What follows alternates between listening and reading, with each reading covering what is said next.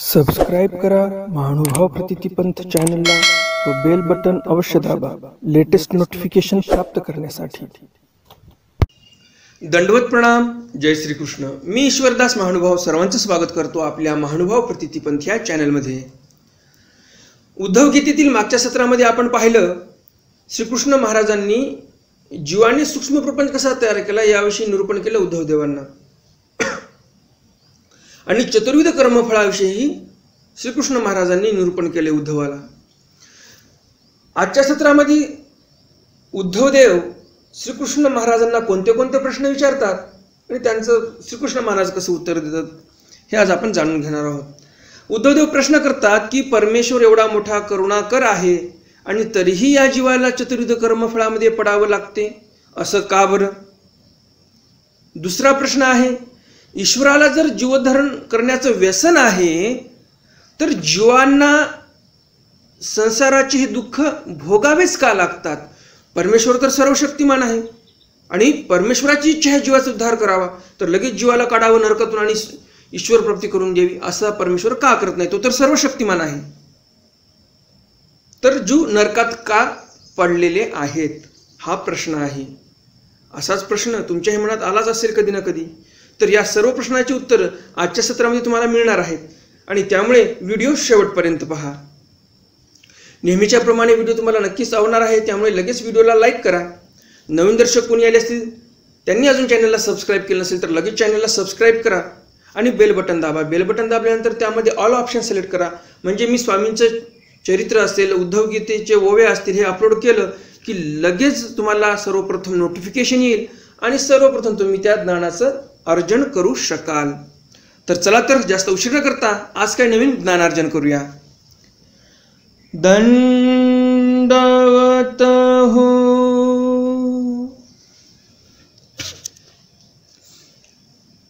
मागच्या सत्रातील एक ओवी म्हणून मी आजच्या सत्राला आरंभ करणार आहे, म्हणजे आपली लिंक लागून जाईल। जैसी आपुलेनी आगे वेळुवा दैचा गी लागे, तो जाळी सर्वांगे मुळा सकट।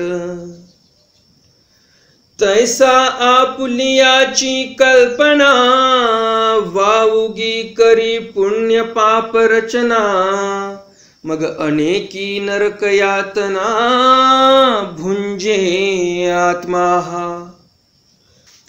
मी मागची ओवी का म्हटली? कारण मागच्या ओवीमध्ये उदाहरण आहे आणि जे आजची ओवी आहे ओवी क्रमांक 610 ह्या ओवीमध्ये त्याचं द्राष्टांतिक आहे।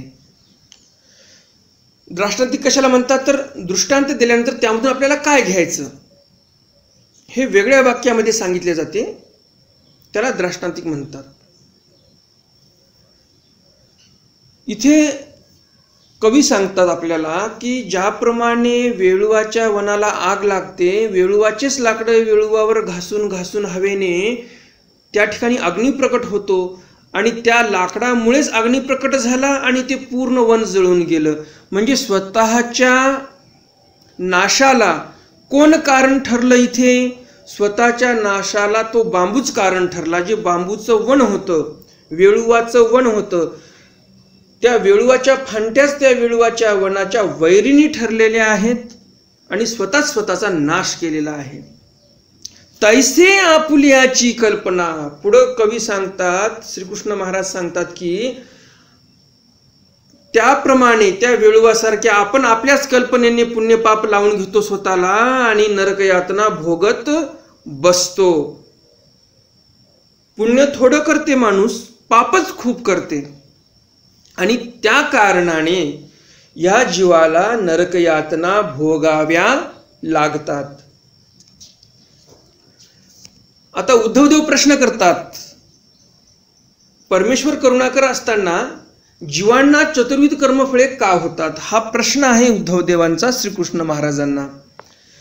तव म्हणे भक्त नरेश्वरू, जी तू असता करुणा करू, हा घोर संसारू जीवा कैसे निजाला। तव म्हणे भक्त नरेश्वरू। मागच्या ओळीमध्ये श्रीकृष्ण महाराजांचं बोलणं संपलं चतुर्विध कर्मफळाविषयीचं जे बोलणं होतं ते मागच्या ओळीत संपलं. आता इथे उद्धवदेव बोलत आहेत. तव म्हणे भक्त नरेश्वरू, भक्तातला नरश्रेष्ठ असे ते उद्धवदेव ते बोलतात. काय म्हणतात? जितू असता करुणा करू, तुम्ही करुणाकर असताना हा घोर संसार जीवा कैसे निझाला, हा घोर भयंकर असा हा संसार जीवाला कसं काय लागला बरं? म्हणजे जीव याच्यामध्ये कसं काय अडकला? क्षीरसागरा ऐसा सोयरा, आणिक दुधा नाही संसारा, तरी सांगा हो जी अवधारा, तो बोलू कवणा लागे. उद्धवदेव एक उदाहरण देऊन श्रीकृष्ण महाराजांना तोच प्रश्न विचारतात पुनश्च. क्षीरसागरा ऐसा सोयरा, या जीवाने सोयरा असा जोडलेला आहे जणू काही क्षीराचा सागर आहे, म्हणजेच दुधाचा सागर. सागरामध्ये पाण्याची कमी असते का? नाही. तर जिथे दुधाचा सागर आहे म्हणजे त्या सागरामध्ये दुधाची काही कमी असेल का? नाही, भरपूर दूध आहे तिथे. असा सोयरा या जीवाने जोडला. आणिक दूध नाही संसारा, परंतु या जीवाच्या संसारामध्ये दूध नाही, याला दूध मिळत नाही खायला प्यायला, आणि सोयऱ्याच्या घरी दुधाचा समुद्र आहे. तरी सांगा हो जी अवधारा, तो बोलू कवणा लागे. तर तुम्हीच सांगा हे श्रीकृष्ण भगवंता की याचा बोल, याचा दोष कोणाला लागणार आहे बरं? सोयऱ्याने जर तांब्याभर दूध दररोजचं दिलं त्या समुद्रातून काढून, तर समुद्र काय आटणार आहे का? नाही. तसं हे श्रीकृष्ण भगवंता तुमच्याकडे आनंदाचा सागर आहे, आणि तुम्ही जर या जीवाला, या संसारामध्ये बुडलेल्या जीवाला जर थोडासा आनंद दिला तर काय होणार आहे बरं? आणि जर तुम्ही आनंद देत नाही आणि ह्या जीवाला संसारामध्ये दुःख भोगावं लागत असेल, तर याचा बोल कोणाला लागणार आहे? हे श्रीकृष्ण भगवंता याचा बोल तुम्हालाच लागणार आहे, असं उद्धवदेव बोलतात. कशी भक्कमपणे बाजू मांडत आहेत उद्धवदेव. प्रत्येक ओळीमध्ये आपल्याला असं लक्षात येईल. कल्पतरू तळवटी, असता सूर्यकराची उकटी, तरी ते अंगा एकुटी कवणाच्या. उद्धवदेव म्हणतात, कल्पतरूच्या झाडाखाली जीव बसला आणि जर त्या जीवाला सूर्यकराची उकटी म्हणजे सूर्याची उष्णता जर त्रास देत असेल, सूर्याचं ऊन त्याला त्रास देत असेल, तरी ते अंगाय कुटी कवणाच्या, तर मग हा जो खोटेपणा आहे हा कोणाच्या अंगाकडे येणार आहे? त्या कल्पतरूच्या अंगाकडे येणार आहे. कारण कल्पतरू पाशी बसल्यानंतर कशाचाही त्रास होत नाही, आणि जर त्रास होत असेल तर याचा बोल कोणाला लागेल? तर त्या कल्पतरूला लागेल. चक्रवर्ती समोर कुमरा की जे कोडंबार, तरी शरणांगता वज्रपंजर, तेही का म्हणवावे. परमेश्वर जे आहेत ते सर्व आनंदाने भरलेले आहेत, आणि अशा परमेश्वराजवळ गेल्यानंतर जीवाला आनंद होतच असतो. परंतु हा जीव जो आहे तो त्या परमेश्वराकडे जात नाही. मागच्या वेळीमध्ये जे सांगितलेलं आहे, हा जीव जो आहे तो तिथे पूर्णपणे समर्पित झालेला नाही, म्हणून त्याला तिथे त्रास होत आहे. कल्पतरूचं जे उदाहरण दिलं, असं समजून घ्यायचं की ईश्वराच्या छायेखाली जीव गेला, परंतु भक्ती करायला लागला देवतेची, मग परमेश्वराचा लाभ त्याला कसा होईल? नाही होणार. पुढच्या वेळीमध्ये सांगतात उद्धवदेव, चक्रवर्ती समोर, चक्रवर्ती राजा आहे, म्हणजेच ज्याप्रमाणे युधिष्ठिर होते, धर्मराज युधिष्ठिर यांनी महाभारताचं युद्ध केल्यानंतर मोठा यज्ञ केला, आणि त्या यज्ञामध्ये ते चक्रवर्ती राजे झाले. ज्याप्रमाणे अश्वमेध यज्ञ वगैरे चालतात, त्याच्यामध्ये बरीच काही भूमी त्या राजाच्या अधिपत्याखाली येत असते. तिकडे जर गेलो आपण त्या विषयाकडे तर आपला हा विषय राहून जाईल, त्यामुळे मी तिकडे जाणार नाही. तर सरळ आपण आपल्या विषयाकडे येऊया की चक्रवर्ती राजा जो असतो तो सार्वभौम राजा असतो, म्हणजे या पृथ्वी तलावर त्याचंच राज्य. छोटे छोटे राज्य असतात परंतु त्याचे मांडलिक असतात, तर त्याला चक्रवर्ती राजा म्हणतात. म्हणजे पूर्ण पृथ्वीवर त्याचा एकाधिकार आहे. तर असा राजा आहे आणि राजाच्याच पोराला जर कोणी अटक केली, असा चक्रवर्ती राजा ज्याची सत्ता पूर्ण पृथ्वी तलावर आहे आणि त्याच्या मुलाला जर कोणी अटक केली तरी शरणागताचा वज्रपंजरू तेही का म्हणवावे. तर मग तो राजा जो विरुद्ध लावत असेल शरणागताचा मी वज्रपंजरू आहे, म्हणजे मला जो शरण आला त्याचा मी वज्राचा पंजर, म्हणजे मी वज्र जे असते कठीण कशानेही तुटत नाही ते, त्याचा मी पिंजरा आहे. एकदा मला जर कोणी शरण आला म्हणजेच या वज्राच्या पिंजऱ्यामध्ये आल्यासारखं आहे, त्याला कोणी या पिंजऱ्याला भेदू शकणार नाही आणि त्या व्यक्तीला कोणी मारू शकणार नाही, आणि वज्रपंजरू म्हणून त्या राजाला बोलतात. तर असा तो राजा आहे, परंतु त्याच्याच मुलाला जर कोणी अटक केली तर मग त्याच्या चक्रवर्तीपणाला काही महत्व आहे का. म्हणजेच उद्धवदेवांना काय म्हणायचं इथं, तर श्रीकृष्ण महाराज जे आहेत ते चक्रवर्ती आहेत, अनंत ब्रह्मांडावर त्यांची सत्ता आहे, आणि असा तो परमेश्वर असे ते श्रीकृष्ण महाराज, त्यांचा मुलगा म्हणजे जीव तर संसारामध्ये अडकलेला आहे. मग आता काय म्हणावं, चक्रवर्ती राजाचा फायदा काय झाला या जीवाला, हा उद्धवदेवांचा प्रश्न आहे. असं ऐकून तुम्ही अर्धवट सोडून जर गेलात हा व्हिडिओ तर तुम्ही अर्धवट ज्ञान घेऊन जाल आणि मग म्हणणार की परमेश्वर असा आहे, एवढं मोठं असताना जीवाला नरकामध्ये सोडलं, नरक यातना भोगत आहे जीव, मग परमेश्वराचा काय फायदा. तर हा व्हिडिओ एकतर पूर्ण ऐका, नाहीतर तुम्हाला मग अर्धवट ज्ञान होईल आणि मग तुम्ही अर्थाचा अनर्थ घेऊन जाल इथून. त्यामुळे शेवटपर्यंत व्हिडिओ ऐका. तैसा तू असता पिता भवयातना होये भूता, तरी तो बोलू देवासी आता कवणे ठेवावा. तैसा तू असता पिता, ज्या चक्रवर्ती राजासारखा तू पिता असताना भवयातना होय भूता. उद्धवदेव म्हणतात की तुम्ही चक्रवर्ती राजासारखे आमचे पिता आहात आणि तरी पण आम्हाला सागराच्या या भवसागराच्या यातना होतात, या संसाराच्या यातना आम्हाला होतात, तरी तो बोलू देवासी आता कवने ठेवावा. आता हा जो बोल आहे तो देवाला कोण लावणार बरं, असं प्रश्नार्थक चिन्ह आहे या ओळीमध्ये. तर प्रश्न तर देवाला कोणी विचारू शकत नाही, म्हणजे प्रश्नार्थक चिन्ह जे आहे ते देवावर कोणी लावू शकत नाही. तर आता हे प्रश्न जे सर्वसामान्याच्या मनामध्ये असतात, हे प्रश्न उद्धवदेवाने श्रीकृष्ण महाराजांना तर विचारले. आता ह्यावर श्रीकृष्ण महाराज उत्तर देतात. तव म्हणे यदू पाळू मज सदा जीवांचा आदळू, मी मोकली हळूहळू या जीव जाता ते. तव म्हणे यदू पाळू म्हणजे यादवांचं पालन करणारे श्रीकृष्ण महाराज ते म्हणतात, मला तर सदा सदोदित जीवांचा सहवास आहे आणि म्हणूनच मी मोकली हळूहळू माझ्या परीने मी हळूहळू या जीवांना मोक्ष देण्याचं काम करत आहे. मोकली म्हणजे काय तर मुक्त करत आहे. कशातून मुक्त करत आहे, तर या संसारातून मुक्त करून ईश्वराची प्राप्ती करून देत आहे.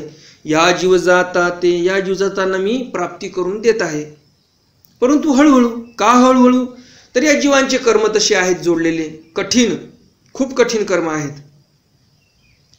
आणि म्हणून हळूहळू या जीवांना मी मोक्ष देत आहे. निर्गुणा आपण यावरी साहुणी साकारपणाची कुपरी, फुकाची ये भवसागरी मी तारी जीव जाता ते. श्रीकृष्ण महाराज म्हणतात मी तर निर्गुण निराकार होतो आणि तरी पण मला या जीवांची कीव आली आणि म्हणूनच मी काय केलं, तर मी सहन केलं या साकारपणाच्या कुपरीचं. हे साकारपणा म्हणजे काय, कुपरी आहे परमेश्वरासाठी, ईश्वराला म्हणजे श्रीकृष्ण महाराजांना एका बंदीशाळेमध्ये अवतार घ्यावा लागला, किती यातना सहन कराव्या लागल्या, किती दैत्य मारायला आले. मथुरेतून वासुदेवाने श्रीकृष्ण भगवंतांना गोकुळामध्ये नेऊन ठेवलं लहानपणीच, तरी पण या कंसाने किती मोठे मोठे असुर मारायला पाठवले, किती कष्ट सहन केले ओ ईश्वराने आपल्यासाठी. अक्षरशः बंदीशाळेमध्ये जन्माला आले. आता हे कुपरी नाही तर काय, चांगली परी आहे का. नाही. तर श्रीकृष्ण महाराज हेच यदुराजाला सांगतात, अरे तू यदुराजा मला असे प्रश्न करू नकोस. मी या जीवासाठीच तर अवतार घेतला. मला काय गरज होती बंदीशाळेमध्ये जन्माला येण्याची? मी तर माझ्या स्वस्वरूपी निजधामी आनंदित होतो. तरी पण मी या जीवासाठीच हे कुपरी अंगीकारलेली आहे. बंदीशाळेमध्ये जन्माला आलो, गोकुळामध्ये माझ्या वडिलांनी नेऊन सोडलं, तिथे पण माझ्या मागे हे जीव हात धुवून लागले मारण्यासाठी.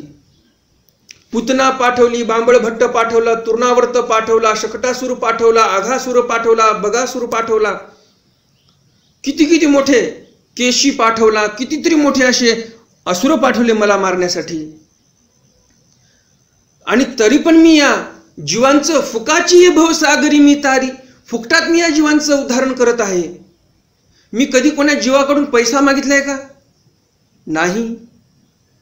मी फक्त जीवांना एक जन्म मागितला. सर्व भावे मला शरण या. मयी चानन्य योगेन भक्तिरवी विचारणी विभक्त देश सवित्व मर्तिर्जन संसदी, ज्याप्रमाणे गीतेमध्ये श्रीकृष्ण महाराजांनी सांगितलेलं आहे. सर्व धर्माण परित्यज्य मामेकं शरणं व्रज अहमत्वा सर्व पापेभ्यो मोक्षयिष्यामि मा शुचः. काय म्हणतात परमेश्वर? फक्त मला सर्व भावे शरण या. परमेश्वर एवढे कष्ट घेऊन जेलमध्ये जन्माला आले, एवढ्या असुरांचा सामना केला बालपणापासून, या जीवासाठीच तर केला. आणि म्हणून हे उद्धवा असे प्रश्न विचारू नको आणि असं प्रश्नार्थक चिन्ह माझ्यावर लावू नको तू. आणि फुकाची संसारी, या संसारातल्या जीवांना मी फुकटामध्ये तारत आहे, ह्यापेक्षा काय करायला पाहिजे या जीवासाठी मी? किती छान उत्तर दिलेलं आहे श्रीकृष्ण महाराजांनी इथे उत्तर आपल्याला सर्वांना मिळालेलं आहे. पुढे प्रश्न करतात उद्धवदेव अजून. उद्धवदेव म्हणतात, जर ईश्वराला जीवाचं उद्धारण करावं असं व्यसनच लागलेलं आहे, तर पटकन या जीवाला थोडंसं पुण्य केलं की काढून टाकावं बाहेर.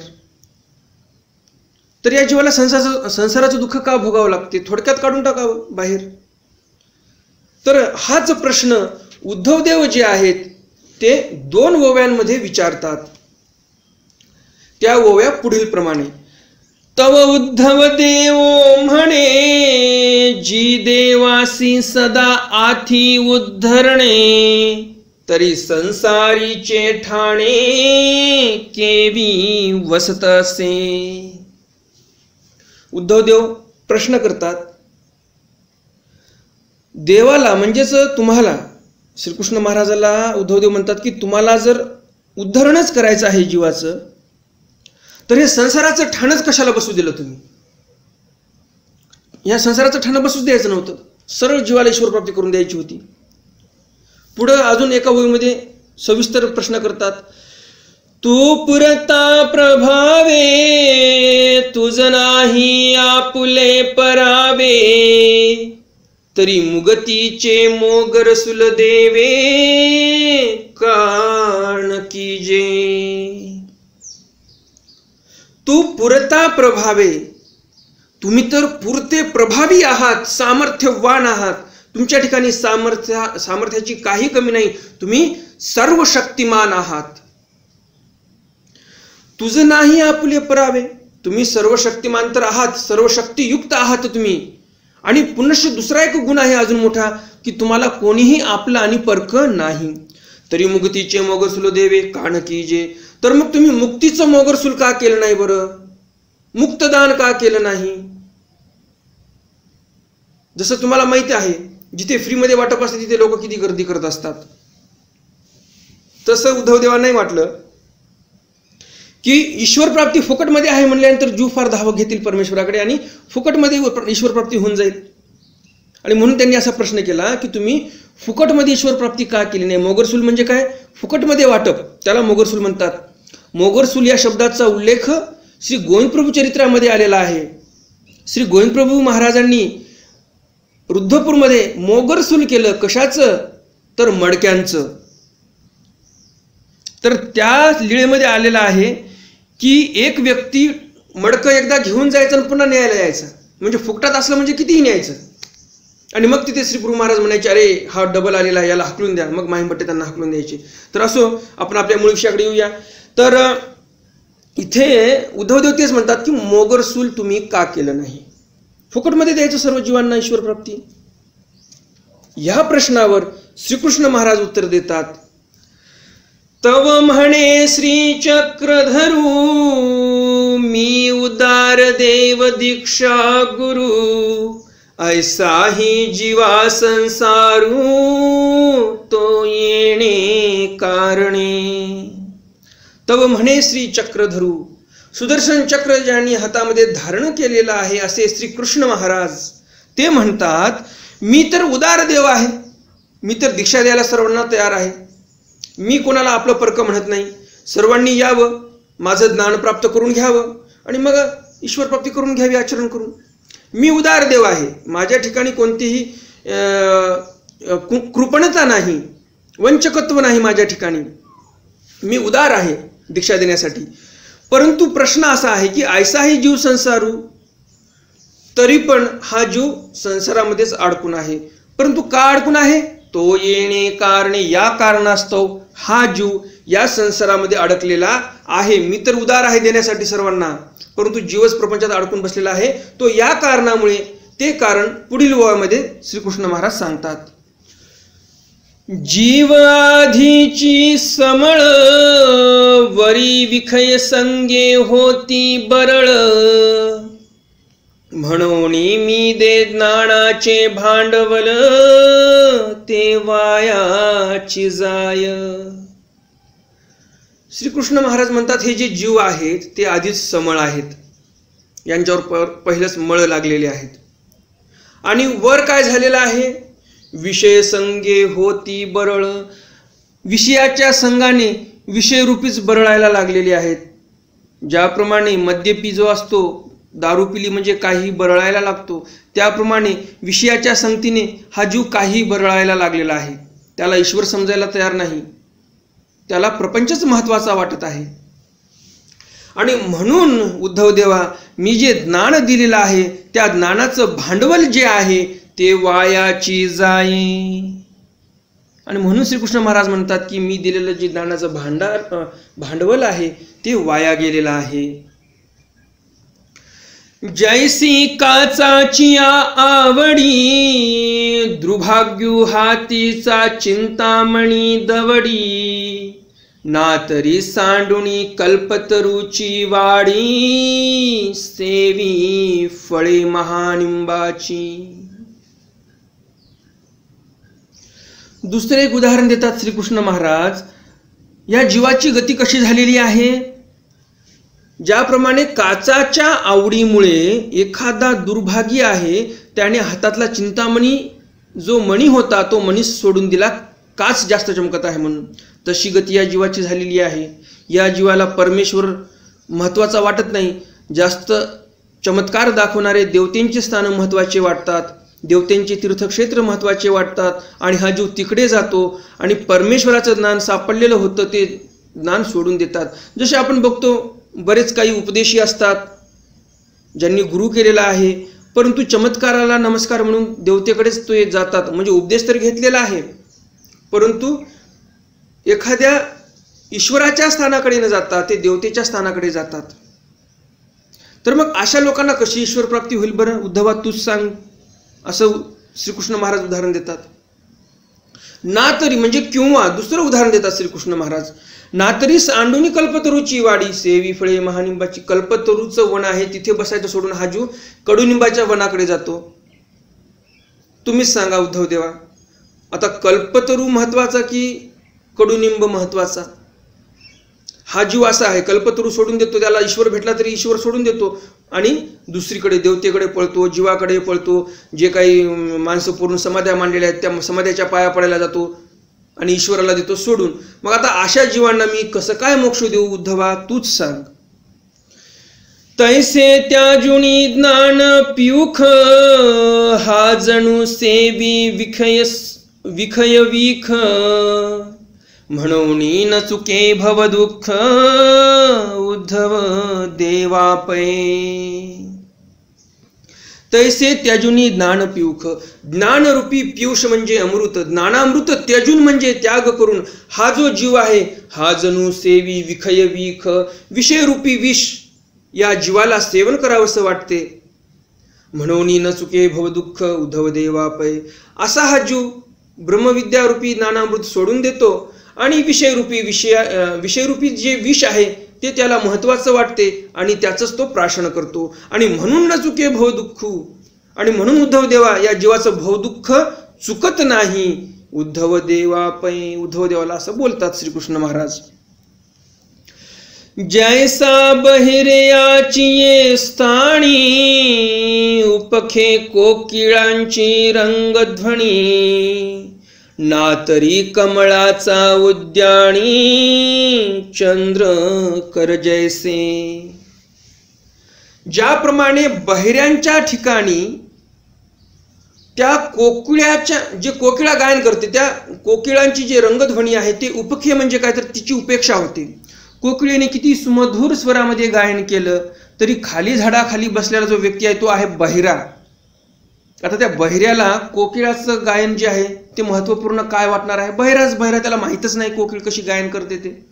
आणि म्हणून अशा बहिऱ्याच्या ठिकाणी कोकिळाचं गायन जे आहे ते उपखे म्हणजे त्याची उपेक्षा होते, काही त्याचं महत्त्व वाटत नाही.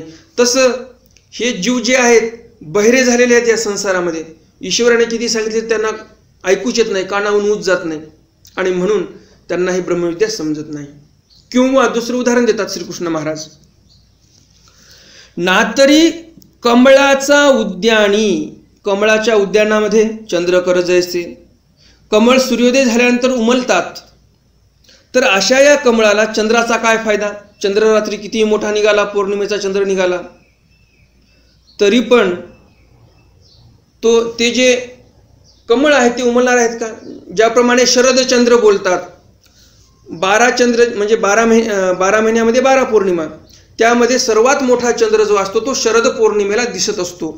तर अशा या शरद चंद्रामुळे पण ते कमळाचं फुल उमलत नाही.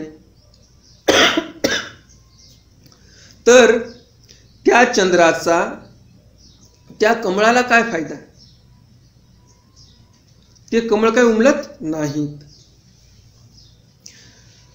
भवराचा क्रीडांगणी, वाया जाय चांपेयाची लावणी, ना तरी जात्यंधाचा पाटणी, जेवी केणे लावण्याचे. भवराचा क्रीडांगणी, जे भवर आहेत म्हणजेच भोंगे आहेत त्याच्या क्रीडांगणी, म्हणजे ते ज्यावेळेस क्रीडेमध्ये रत झालेले आहेत असे ते भवरे क्रीडेमध्ये रत झालेले आहेत. आणि अशा या रत झालेल्या भोंग्यांना वाया जाये चांप्याची लावणी. चाप्याचं जर फुल असेल त्याचा सुगंध दरवळत आहे इकडे तिकडे, परंतु हा जो भवरा आहे तो त्याच्या क्रीडेमध्ये रत झालेला आहे आणि मग त्याला ते कशाला त्या चाफ्याच्या फुलाचा आस्वाद घेता येईल, कशाला त्याला ते परागकण वेचता येतील, कशाला त्याला सुगंध घेता येईल त्या फुलाचा? नाही, कारण तो क्रीडेमध्ये रत झालेला आहे, त्याच्यासाठी ते व्यर्थ आहे. ना तरी म्हणजे किंवा जातंध्याचा पाटणी, म्हणजे त्या पाटणामध्ये त्या नगरामध्ये पूर्ण जातंध लोक आहेत आणि अशा या जातंध लोकांमध्ये जर दुकान आहे लावण्याचे, म्हणजे एखादी लावण्यवती स्त्री आहे, त्या लावण्यवती स्त्रियेचं लावण्य, तिचं सौंदर्य या जातंध्याला काय कामाचं आहे? व्यर्थ आहे तिथं. त्याप्रमाणे ब्रह्मविद्या कितीही सुंदर असली तरी हे जे जीव आहेत हे जीव आंधळे होऊन बसलेत, ते ब्रह्मविद्या त्यांना काय समजणार आहे? नाही समजणार. ठिकाचा अलंकारू, लेवविले या केवी जाणे वानरू, चंदने डवरीला सोरू, ते जाय वायाविण. ठिकाचा अलंकार म्हणजेच रत्न माणिक मोत्यांचा अलंकार जर वानराच्या गळ्यात घातला, मोत्याच्या माळा वानराच्या गळ्यात घातल्या तर काय होणार आहे? त्या वानराला काही समजणार आहे का? हे महत्त्वाचा मणी आहे, हे महत्त्वाचा अलंकार आहे, यामधले खडे महत्त्वाचे आहेत, रत्न आहेत. तो वानर काय करणार? सरळ पाहणार, तोडून फेकून देणार. त्याला काय महत्त्व आहे त्या माळेचं, त्या अलंकाराचं काय त्याला महत्त्व आहे का? नाही. तसं या जीवाचं झालेलं आहे. ब्रह्मविद्या सांगायला गेलं तर तोडून फेकून देतो. जसा दादोस म्हणतो, जी आपली ब्रह्मविद्या ते रायाराणी की जो आमते आमचा विद्यामार्गची निरुपावाजी.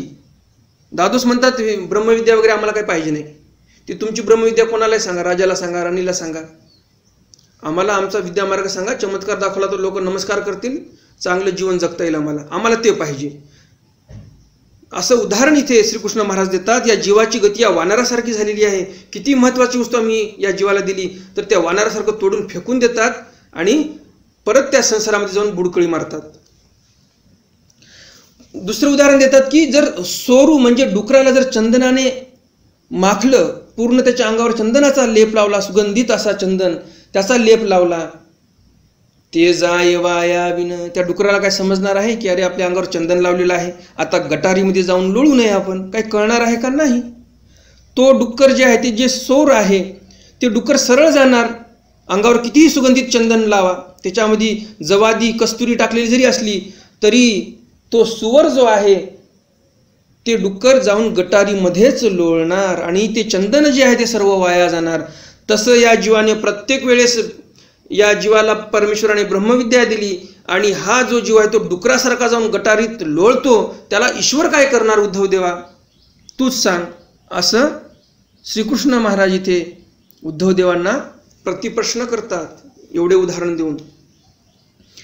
तैसे पात्र नव्हे बोलावेया, तरी शब्दाचे जुहार जाय वाया, म्हणून भले तया ज्ञान प्रकाशेना. तैसे पात्र नव्हे बोलावेया. तैसे म्हणजे मागचे जे उदाहरण दिले, भोंग्याचं उदाहरण दिलं, जातंद्याचं उदाहरण दिलं, वानेराचं उदाहरण दिलं, चंदनाचं उदाहरण दिलं, बहिऱ्याचं उदाहरण दिलं, कमळाचं उदाहरण दिलं, हे सर्व जे उदाहरण दिले, काचाचं उदाहरण दिलं, कल्पतरूचं उदाहरण दिलं, हे सर्व उदाहरण जे दिलेत या उदाहरणामध्ये आपल्याला असं दिसते की हे पात्र नव्हते तरी शब्दाचे जिव्हार जाय वाय. आणि अशा अपात्र जीवांना जर ब्रह्मविद्या सांगितली तर शब्द जे आहेत ते वाया जातात. म्हणून भलते या ज्ञान प्रकाशेना. आणि म्हणून हे उद्धव देवा, भलते सलते सर्व जीव मी ईश्वर प्राप्तीला कशी नेऊ? यांना ज्ञानच प्रभवत नाही माझं, मग ते माझ्या ईश्वर पदाला योग्य कसे होतील? जे ईश्वराचा आनंद आहे, जे ईश्वर प्राप्ती आहे, त्या पदाला योग्य कसे होतील जर माझं यांना ज्ञानच प्रभवत नाही? डुकरासारखे जाऊन लोळतात गटारामध्ये, किती ब्रह्मविद्या सांगितली तरी. प्रपंचरूपी गटार यांना पडलेलंच आहे, त्यांना प्रपंचच गोड वाटतो आणि हेच गटार महत्वाचं वाटते, याच्यातच स्वर्ग आहे असं बोलतात. असे बोलणारे खूप पाहतो आपण. तर मग असे जीवांना मी कशी ईश्वर प्राप्ती करून देऊ उद्धवा, सांग तू, असा प्रश्न श्रीकृष्ण महाराज उद्धव देवांना करतात. आजचं सत्र तुम्हाला नक्कीच आवडलं असेल तर लगेच या व्हिडिओला लाईक करा जर अजून लाईक केलं नसेल तर. आणि तुम्हाला अशाच ज्ञानवर्धक व्हिडिओमध्ये रुची असेल तर लगेच या चॅनलला सबस्क्राईब करा, कारण मी दररोज असे नवनवीन व्हिडिओ या चॅनलवर अपलोड करत असतो. चॅनलला लगेच सबस्क्राईब करा, बेल बटन दाबा, त्यामध्ये ऑल ऑप्शन सिलेक्ट करा, म्हणजे मी स्वामींचं चरित्र, उद्धव गीता असेल, जे काही मी दररोज अपलोड करतो ते व्हिडिओ अपलोड केल्यानंतर सर्वप्रथम नोटिफिकेशन तुम्हाला येत जाईल आणि सर्वप्रथम तुम्ही त्या व्हिडिओचा लाभ घेऊ शकाल आणि नवीन ज्ञानार्जन करू शकाल. तर भेटूया उद्याच्या सत्रामध्ये काही नवीन ओव्यांचा अर्थ जाणून घेण्यासाठी. उद्याच्या सत्रामध्ये आपण जाणून घेणार आहोत ईश्वराचं ज्ञान वाया का जाते, असा जो प्रश्न आहे तो उद्धवदेव श्रीकृष्ण महाराजांना करतात. आणि अन्य राहाटीमध्ये जे काही मोक्षाचे उपाय सांगितलेले आहेत ते खरे आहेत की खोटे आहेत, हाही प्रश्न उद्धवदेव श्रीकृष्ण महाराजांना करतात. तर या संदर्भातील सर्व प्रश्न उत्तर या ग्रंथातील आपण जाणून घेणार आहोत. श्रीकृष्ण महाराज काय उत्तर देतात हे आपण उद्याच्या सत्रामध्ये जाणून घेणार आहोत. तर भेटूया उद्याच्या सत्रामध्ये या नवीन प्रश्नाचं उत्तर जाणून घेण्यासाठी. तोपर्यंत दंडवत प्रणाम. जय श्रीकृष्ण. दंडवत हो.